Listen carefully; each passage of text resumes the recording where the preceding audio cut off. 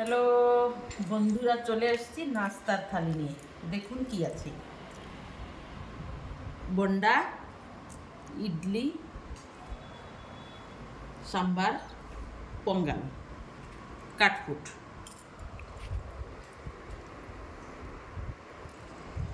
বন্ধুরা, আমাকে like, share এবং সাবস্ক্রাইব করুন। আমার পাশে থাকুন এবং সামনে এগিয়ে যাওয়ার জন্য আমাকে সাপোর্ট করুন।